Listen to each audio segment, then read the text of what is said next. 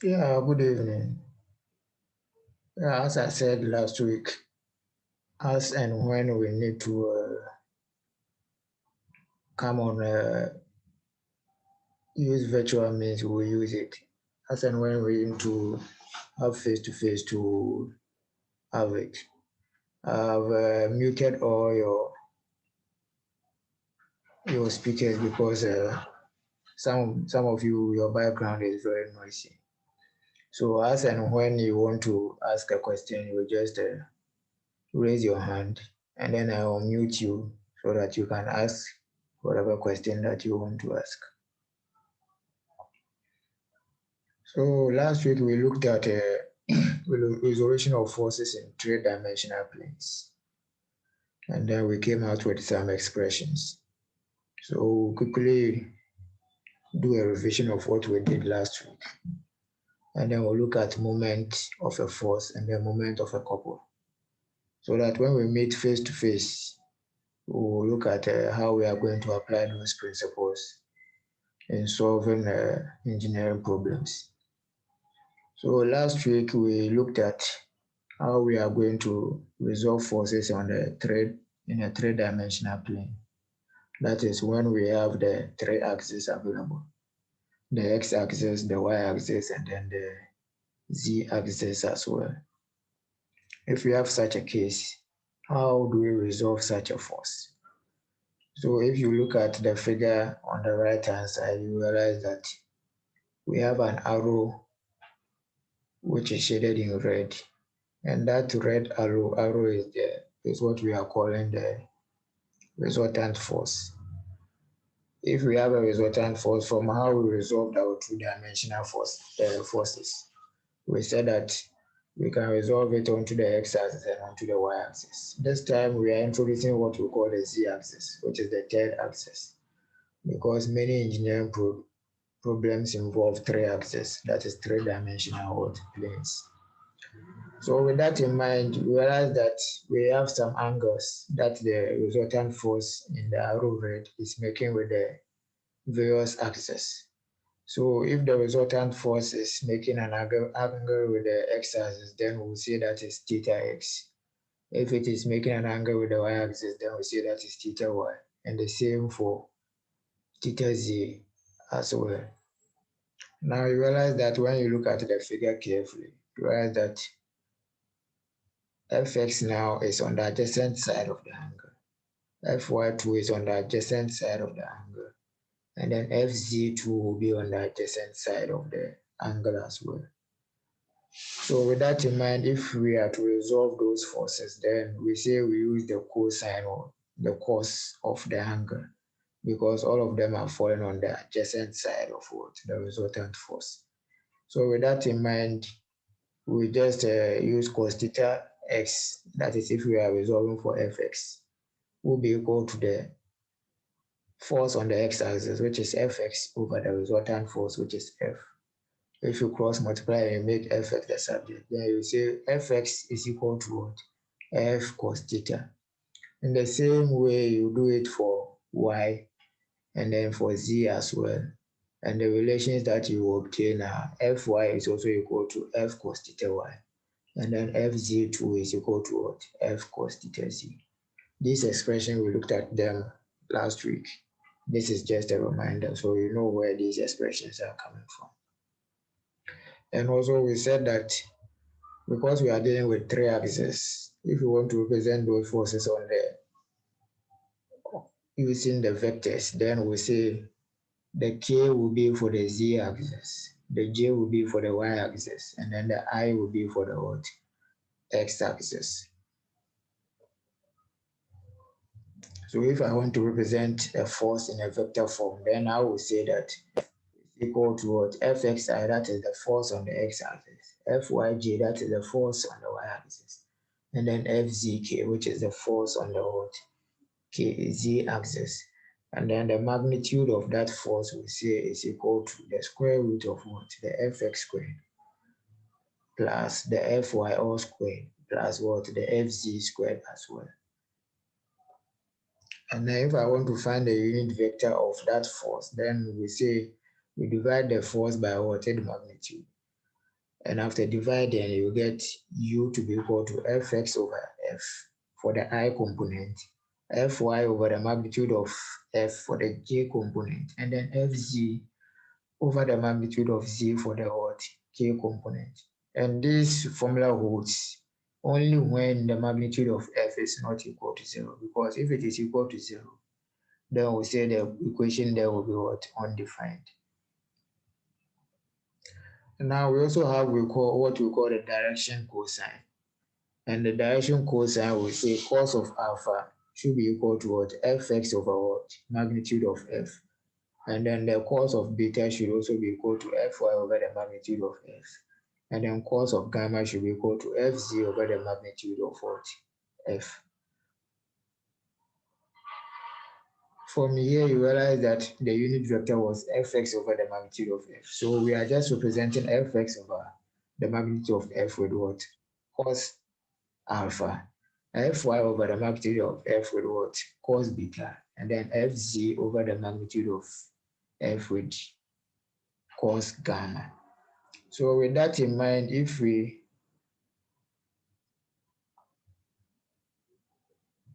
are to represent all of fx over f with cos alpha, then the unit force vector will now be equal to uf is equal to cos alpha I plus cos beta j plus cos gamma what k. And then we should also note that if I square alpha and then I square beta and then I square the cos of gamma, everything should sum up to 1. That means that if I have 2 of the angles, then I can easily calculate for the third angle. So this is a pictorial representation of the alpha, gamma, and the beta, the fz, the fy, and then the fx, the I, and then the j, and the k in a 3-dimensional object. So we say that the forces on a particle are necessarily concurrent since the particle is assumed to have an infinitesimal size. And when the resultant of all the particles, all the forces acting on the particle is 0, then the particle is said to be in what? Equilibrium. Mind you, when we were treating two-dimensional resolution of two-dimensional forces, we said that the summation of forces in the x and then the summation of forces in the y, everything should be equal to 0. Now we have introduced the z-axis, so we add the z-axis as well. So we say the summation of forces in the x and then the summation of forces in the y, as well as the summation of forces in the z, everything should be equal to 0 for a body to be in what? Equilibrium. Now we also have what we call any question on what we treated last week before we move on to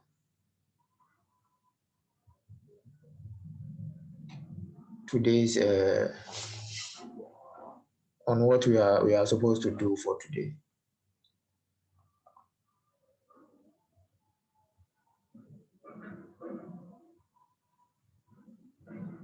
Hello. Sir, no question. No question, sir. No question. So we can move on to what you are supposed to do for today, because Okay. yeah, because all these ones we treated them last week. I just wanted to ask to remind ourselves before we move on to what we are supposed to do for today. Okay. Yeah.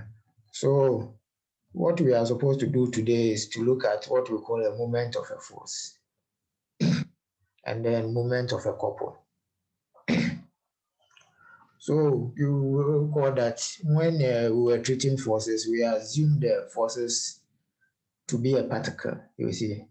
And if the forces is assumed to be, if a body is assumed to be a particle, then we say that all the forces acting on that particle are what? Concurrent, you see. And if all the forces acting on the body are concurrent, then the only condition that must be satisfied for the body to be in equilibrium is the summation of all the forces must be equal to 0. Now, what if we have a rigid body where the forces acting on the body are non-concurrent? That is, they do not intersect at a point. That one will give rise to a problem that we have as shown in this figure. If the forces are non-concurrent, then it means that their line of action do not intersect. If that's the case, if this force begin to move and then this one too begin to move, then we say that this body will not be in equilibrium because these forces will cause this body to rotate, you see. And that condition is what we are terming as the moment of a force. So if that is the case, then we say that the summation of forces that we said should be equal to zero for equilibrium to be achieved now is not enough, because if all the forces are equal to zero, still the body tends to rotate. That means that we need another equilibrium equation to cause the body to be stable, and that is what we call the moment of a force. So in effect, what we are trying to say is for total equilibrium to be achieved, then the moment of a force must be equal to zero. And then also the summation of all the forces to must be equal to zero. So if I sum all the forces and equate it to zero, and then I sum all the moment and equate it to zero, then we say that we are going to achieve total equilibrium. That means that if the forces acting on the body are non-concurrent, then the body will not be in static equilibrium, but rather the body will rotate clockwise unless there are other forces that prevent that rotation. So if that's the case, then we must delve deeper into what we mean by moment of a force, and then how to calculate the moment of a force, so that if we are to sum them, then we will know how to calculate it, sum everything and equate it to zero, so we can achieve equilibrium of the body. So what is moment of a force? We say it is that force that causes a body to rotate about a point or an axis, you see. So if you look at this figure on the right hand side here, we have a force acting in the XY plane on a rigid body. Now the perpendicular distance here is the one that has been shown in the red arrow here. So if I know the magnitude of this force and I multiply it by this perpendicular distance, then we obtain what we call the moment of a force. Now that D is known as the perpendicular distance or the moment arm. And then the point at which we are taking the moment is at the point O. That means that every moment must be with respect to a point or about an axis. It must have a reference at which the moment is being taken about. So from that, we say that the moment about the OZ axis is now equal to the force times the distance. So in linear terms, we say we use the moment of a force, but in angular terms, that is if the body is rotating like a shaft, then we say instead of saying the moment of a force, we can simply say the torque. So the moment of a force and the torque we say are the same. They both have an SI unit of Newton meter, and we can say they are both also a vector quantity, because we know that vector quantities has both magnitude and direction. So if you look at this figure, for instance, the magnitude of the force is F, and then the moment is having some direction, that is theta. So we can say moment is a vector quantity.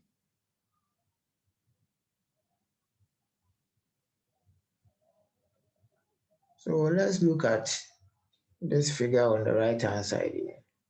Now, moment with respect to maybe a position. Sometimes you may not be given the distance, but you will be given the position vector. So if you have the position vector, how do you calculate the moment of that force?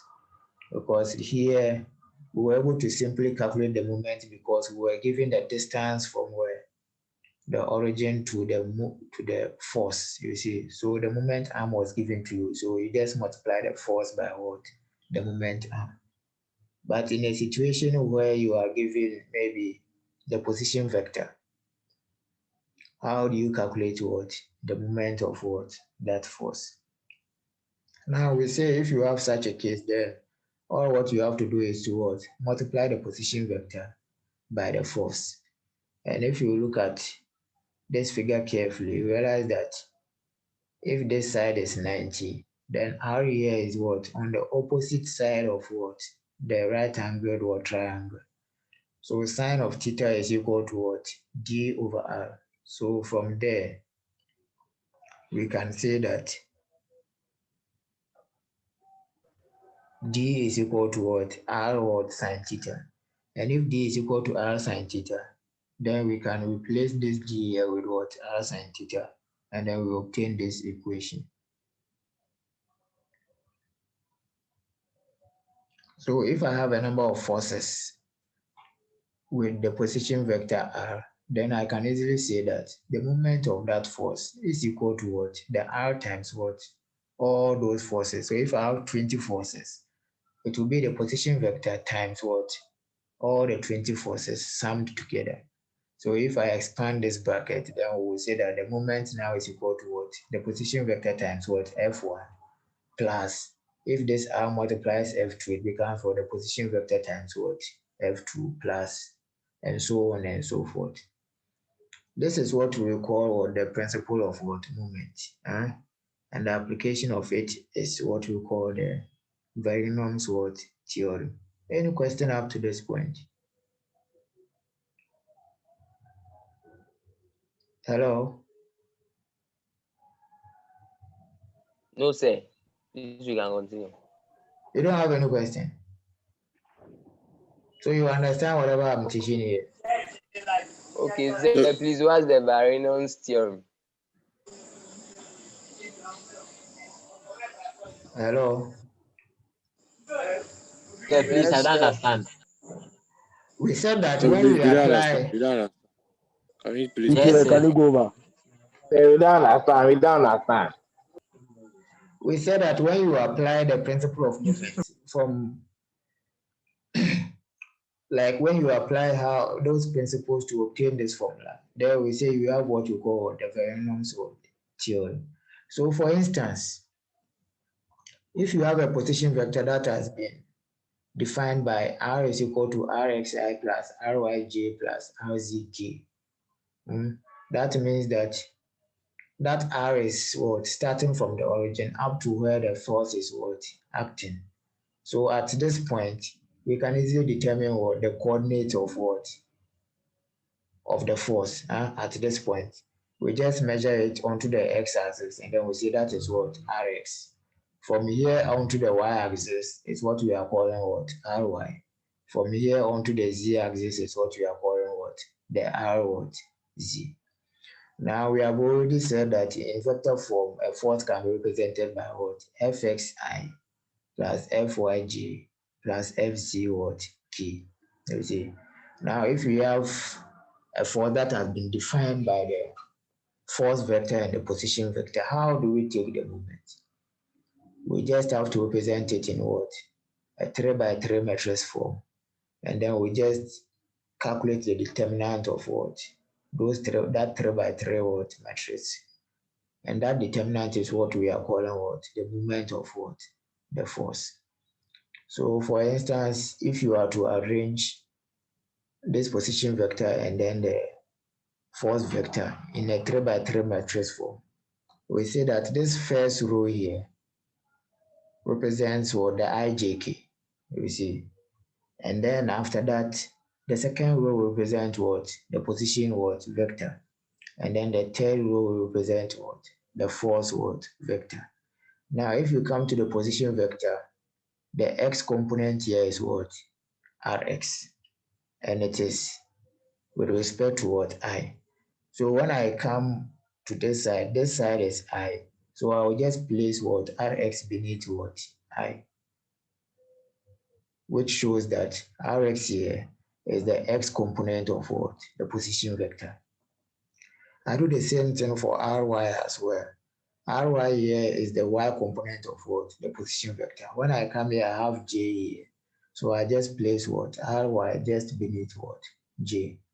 And then I come to the position vector, we also have Rz here, which is the z component of the position vector. I also come and place what? RZ beneath what? K. That is for the position vector. You do the same thing for the what? Force vector as well. You pick Fx and then you come and place it beneath what? I, because Fx is what? The x component of the what? First force what? Vector. Now you come and pick Fy as well. And then you just come and place it beneath what? The J. Because Fy is the what? Y component of the what? Force vector. And then you pick what? Fz. And then you come and place it beneath what? K. Because Fz is what? The z component of what? The force vector. Now, after you have arranged it and you have obtained the 3 by 3 matrix, then we say just find what? The determinant of the what? 3 by 3 matrix. And that one will give you what? The moment of what? The force. Now, how do we obtain the determinant of a 3 by 3 matrix? All what you have to do is we pick them what? Row by row. You see.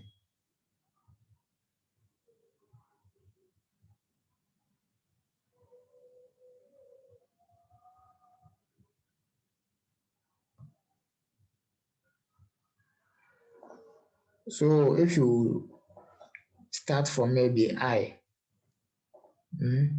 the I, for instance, we say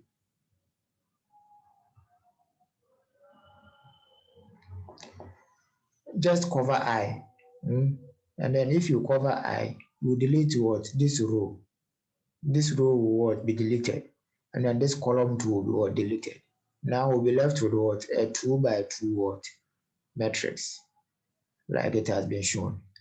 Now, if you have that 2 by 2 matrix, this side here is the what? Major diagonal. That is MD. And then this side here is the what? Minor what? Diagonal. So we say this is the minor what?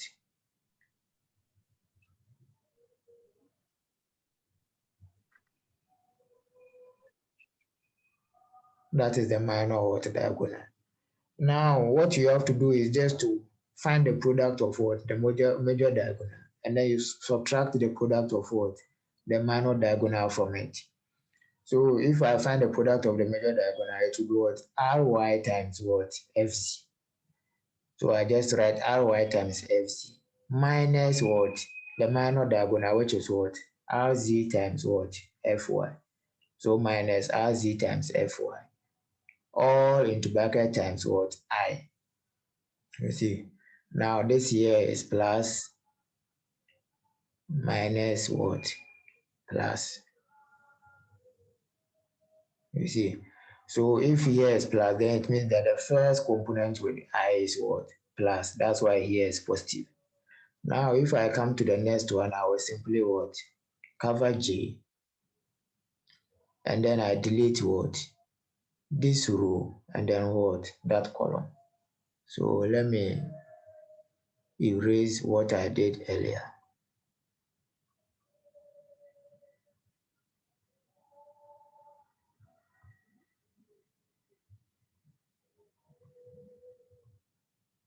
So we can use the same what? Principle to obtain the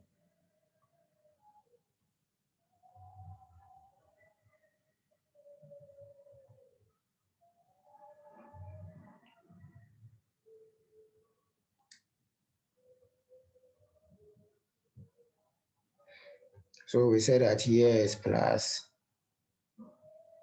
here is minus, and then here is also what? Plus. Now, for the first one, we covered I, and then we managed to obtain this what? Relation. So we say this one is for what? Covering what? I. You see. Now we'll cover what? J. Mind you, the sign here is plus, minus, plus. So when we cover J, this one is minus. So this sign here will not be plus again, but it will change to what? Minus. Now if we cover J, then we will delete this row.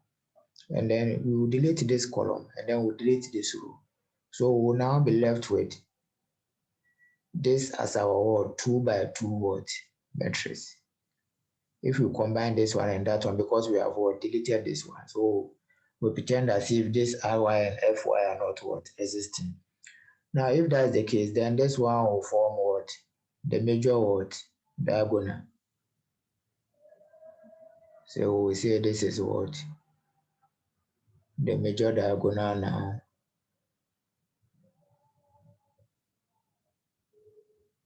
And then here will be what the minor what diagonal.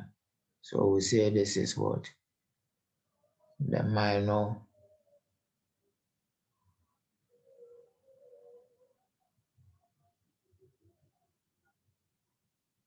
diagonal now. Now we said that if you want to find the determinant of that 2 by 2 matrix, you just multiply what you just multiply Rx and Fz, which is on the what major diagonal. That is the product of the major diagonal, and then you subtract the product of what the minor diagonal from it. So in this bracket, you realize that Rx and Fz are the product of the what major diagonal. So you just multiply it Rx times what Fz, and then you subtract the product of the minor diagonal from it minus what Rz times what Fx. Everything is being multiplied by what J, because now we are dealing with what J.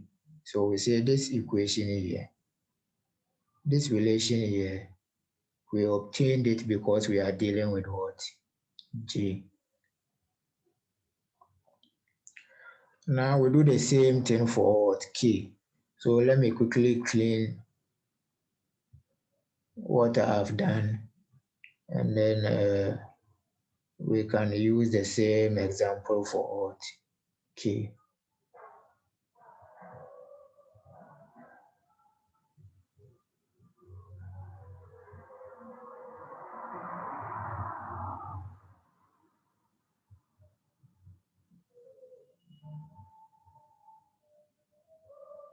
Yeah, everything is clean now.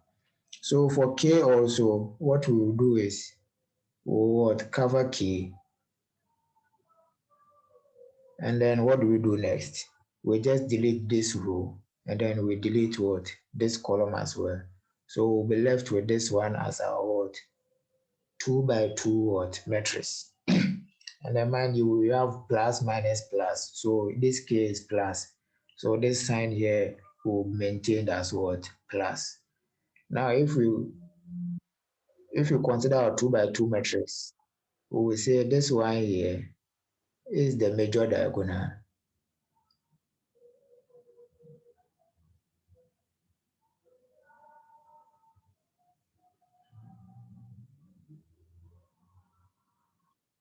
And then this one is the what?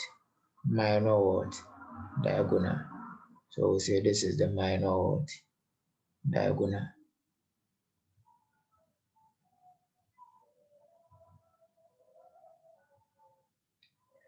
So if this is the major diagonal and that is the minor diagonal, then we say the product of what? The major diagonal minus the product of what? The minor what? Diagonal. And on the major diagonal, we have Rx and then what? Fy. Minus what? The minor diagonal, which is Ry and then what? Fx. And everything must be multiplied by what? K.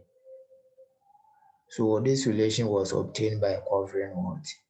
K. So basically, this is how we determine what? The moment of what? A force what? Vector. Any question on how those relations are obtained before I carry on? No, sir. Everything is clear. Yes, sir. Yes, sir. Yes, Okay, sir. that is good. That means that you are following. So if we look at it, then we'll say everything that we have here now has been represented on what? This figure that is here. So if you look at R, for instance, we have Rx. Rx is here. Ry is here. And then Rz is also here. If you look at F, we have what? Fx, Fy, and then what? Fz as well. That means that all these variables may be known. So if I know Rx, I know Ry, and I know Rc. If I know Fx, I know Fy, and I know Fc. Then this determinant here can easily be what? Computed. You see, so we'll have a figure I, a figure J, and then a figure times what? K. You see.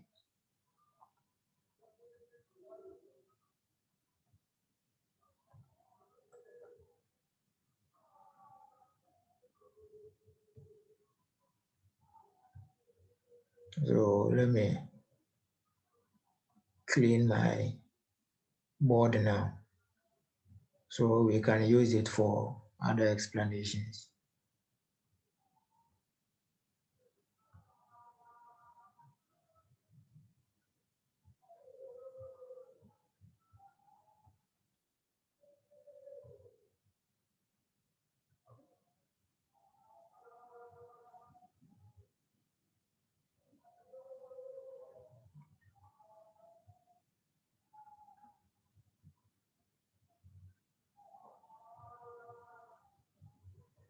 Yeah. So that expression now is what has been magnified here. So we realize that this moment here, we say this side is what? The moment what? Arm. So the force was. Teacher, your friend is CR7. Why anyway is CR7? You muted it. You not unmuted it. Hey, those who just came, don't come and disturb us. We were quiet. Just join and then listen to what I'm saying. I say, allow, keep quiet. You leave them. I will cane them. Don't mind them. Now you realize that the force here times the distance here, if you resolve it, then we'll get this perpendicular distance. So this is the moment equation, of which we have already discussed how to obtain it.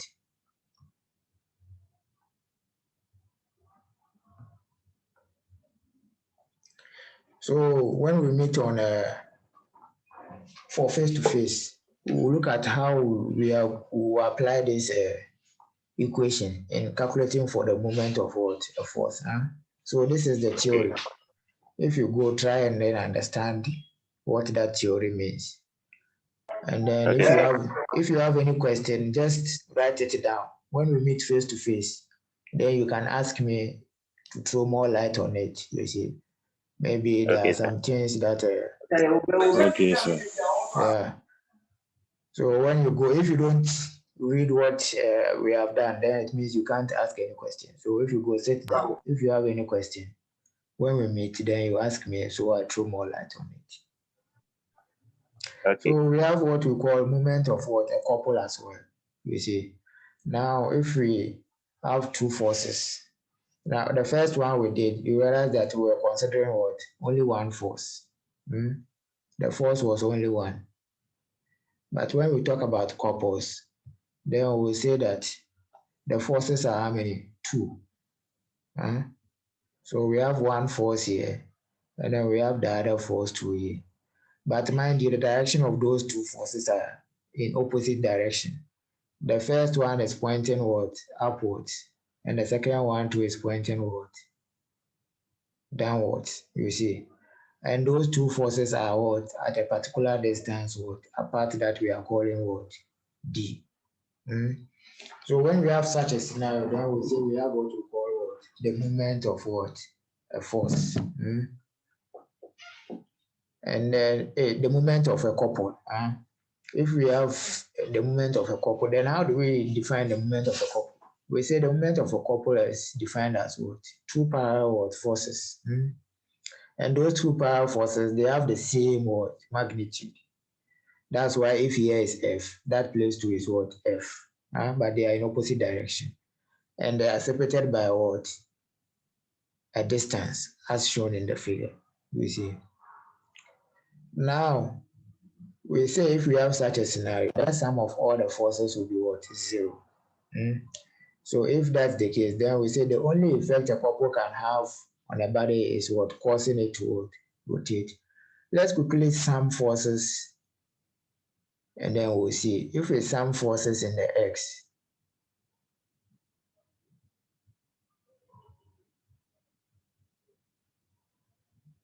everything there will be equal to what? 0. Because we don't have any force in the x what? Axis, you see. Now, if we sum forces in the y,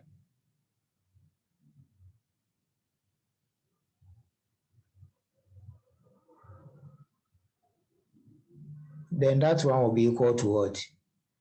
This force is pointing outwards, so it will what? A positive force, which is what? Positive F, you see.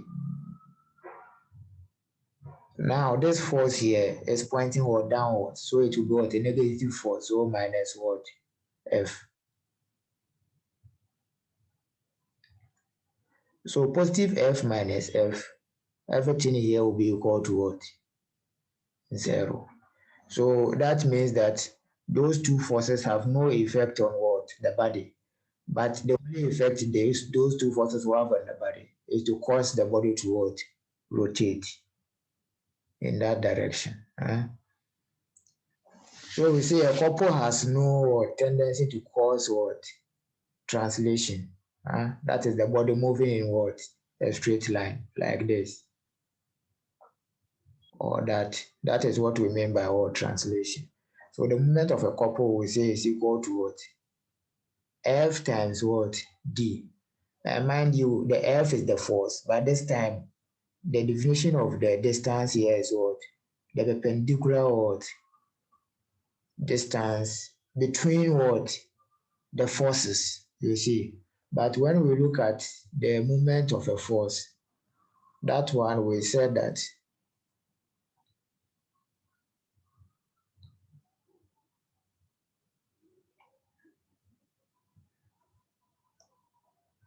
the distance there is called what? The moment what? Arm. Or it is what? The perpendicular distance, you see. So you see, for a moment of a force, we say that distance there is what? A perpendicular distance. But for a moment of a couple, that one we say is what? The perpendicular distance between what? The two what?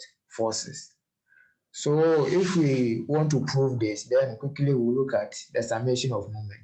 When we take moment about the point O, for instance, at this point O, then we will say that this force F that is pointing downwards, its moment will be what? This F times what? That distance, which is what? X. That is for the force that is pointing downwards. Now, for the force that is pointing upwards, we will say it is equal to what? This force times what? Now, that distance is no longer what? D, but it is what? X plus what? D, because O is here. If I want to know the distance from this force here, it will be from here to where? That side, which is equal to what? The D plus what? The X. So we say, okay. Amma, you raised your hand. Do you have any question? Yes, sir, please. Okay. Ask your. I wanted. Are we taking a moment about O? Yeah, we are taking the moment about O. That's what I. And for the first force, we are taking moment about a clockwise or anti-clockwise direction. Which one? Yeah, if you look at the force F, which is pointing downwards, that moment will be what? Clockwise. But let's first resolve what? Take the moment of those forces. Then we'll look at which one is positive and then which one is what? Negative. Okay, sir. Yeah. So we say for the force pointing upwards, that distance is equal to what? The X plus what? The D, you see.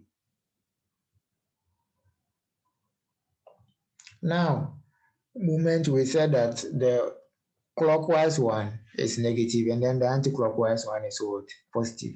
So if you look at this force pointing downwards, if it wants to get to O, it will be as if it is what? Moving in that direction to come to that point what? O. So we say this is what? Clockwise what? Movement. So we say the force F, which is pointing downwards, have what? It's moving in the clockwise what? direction. So this is clockwise. And then this force, if it wants to get to the point O, then it has to what? Move in that direction. And that one is what? Anti-what? Clockwise. So we say this is what?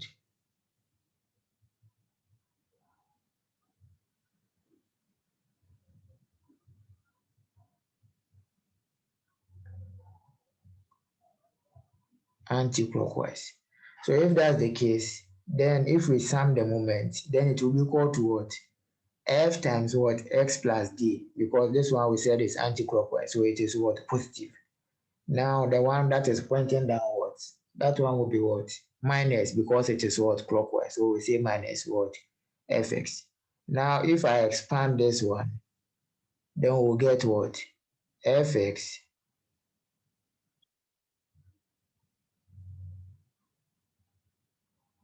plus what? Fd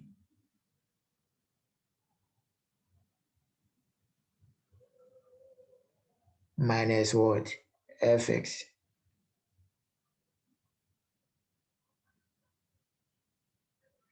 Now this fx will cancel out what? This fx, and then we'll be left with what? Fd, which has been what? Stated here. You see. So in effect, we say that whenever you want to take moment of a couple, just pick what? One of the force, the magnitude of what? The forces. And you see, they both have the same magnitude. So if here is 20, then here too will be what? 20 as well. So just pick one of the magnitude, 20, and then multiply it by what? The distance between what? The two what? Forces, which is what? D. So if you have a moment, if you have a couple and you want to take the moment of that couple, then this is the equation that you have to use. Also, if we say we are taking the moment about this point A, it will give us the same solution in the sense that at the point A, the distance between the force and the point A is what? 0. So the force pointing downwards will not have what? Any moment. Now the force that is pointing upwards will have a moment equals to what? F times what? D, which is the same as what? This one that is here. Now if you also take the moment about the point D, we also have the same thing in the sense that the force that is pointing upwards here will not have any moment because it doesn't have what? Any what? Distance. Now the force that is pointing downwards will have what? The distance that is D. So we'll get what? Fd. That is why we say if you have a couple and you want to take moment, just multiply, take one of the what? Forces and then multiply by the distance between what? The two forces. Any question on the moment of a couple? No, sir. It is well understood. Yes, Yes, sir. sir. Okay, then let's move on.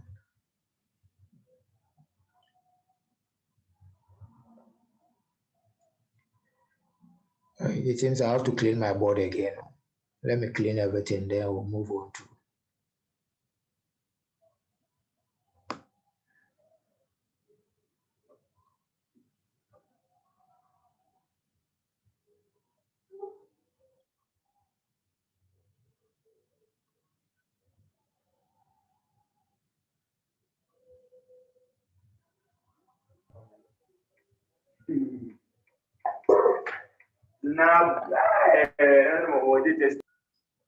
Who is that?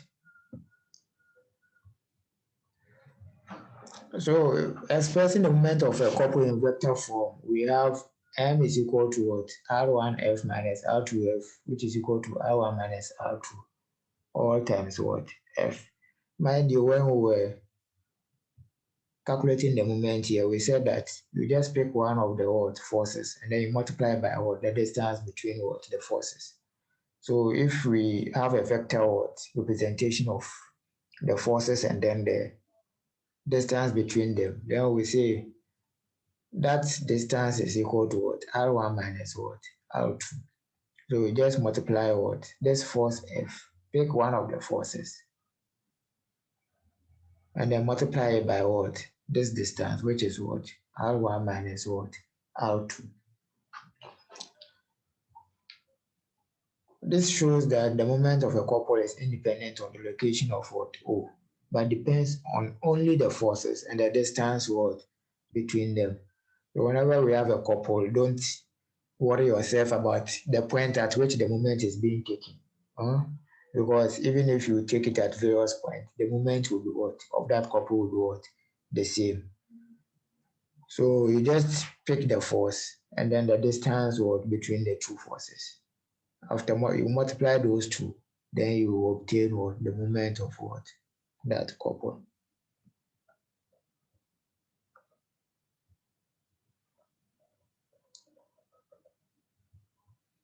So we also have what we call what?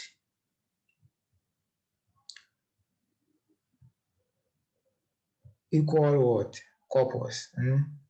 So if you look at this figure, for instance, if I have a body with this force acting on it, it is the same as what? This body with three forces acting on it, which is the same as what? This body with a force and then what? A couple what? Acting on it. Why are we saying that? If I look at this body, for instance, we have one force. Now let's analyze this body and then see if we will get what? One force. Now, if you look at this force here, it can be divided into what? Two. That is, if I draw this line here, then we'll have the force that is what? Acting upwards, which is this one. And then the force that is acting what? Downwards, that is this one. Now, if you look at this force and this force carefully, these two will form what? A couple. Because we have two forces that are acting in what? Opposite what? Direction. So this force here is acting what? Upwards. And then this force here is acting what? Downwards. So if I sum the two forces, then we'll have what? Positive F minus what? F. Because it is pointing downward, this is what? A negative force. And everything will be equal to what? 0. So in effect, we can say we'll remove this force and then remove this distance and then we'll remove that force. And we'll be left with what? Only this force, which is the same as what? Having this force acting on what? The body. In the same way, if we analyze the third what? Body. If we have a couple, we say that the couple has no effect on what? The body, because the forces that the couple is producing will go to what? 0. So this couple in effect will say is equal to what?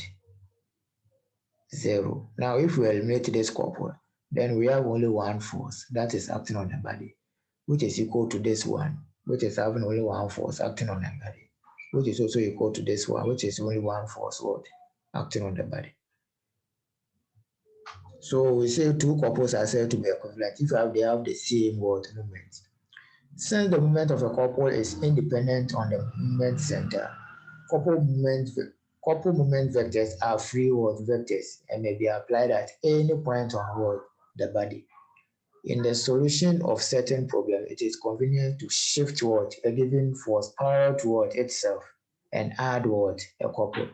So if, for instance, we want to analyze the force on this body and then realize that the situation doesn't permit us to analyze that force, then we introduce what? A couple in addition to what? That force for easy what? Analysis. In the solution, the figure illustrates the process of doing that. The force F is shifted through a distance d by the addition of what? A couple of magnitude what? Fd, with the axis perpendicular to the plane in which the force is what? Shifted.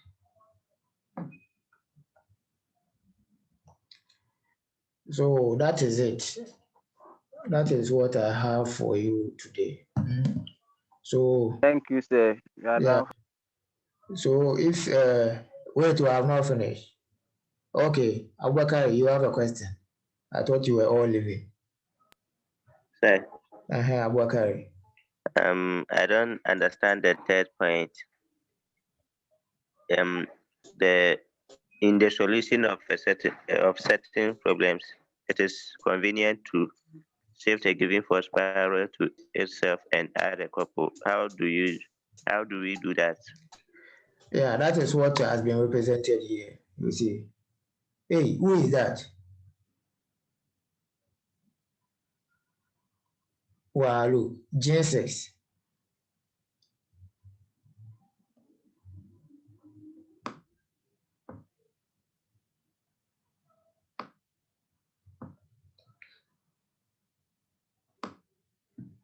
Yeah, Abakari. So that is what was represented here. So we shift what? The given force parallel to what? Itself. So if this is the initial problem, this is the initial problem. So we just shifted this one through a particular what? Distance. And that one is what has been done here. So this force here, we just shifted it through what? A particular distance, what? D. And then add what? A couple to it. So after shifting this force through a particular distance, we add another force down here. After adding this force, that is what we are calling what? A couple, because this one and this one have the same magnitude. They have the opposite what? Direction, and then there is a particular distance D that is separating them from what? From each other. Yeah. So you now understand it, Abubakar? Yes, sir. Okay. Okay, thank you very much. Okay, you're welcome. So as I said, this is what the theoretical aspect. We could have done it in class, but the way things are going, we are very far behind. So I decided we look at the theory online, and then those talking, be careful, so that when we meet face to face, we just solve questions on it. So just go and digest this theory that we have done. If you have any question, just write it down. When we meet face to face, then you ask me, I will throw more light on it. And then I realized most of you are not enrolling.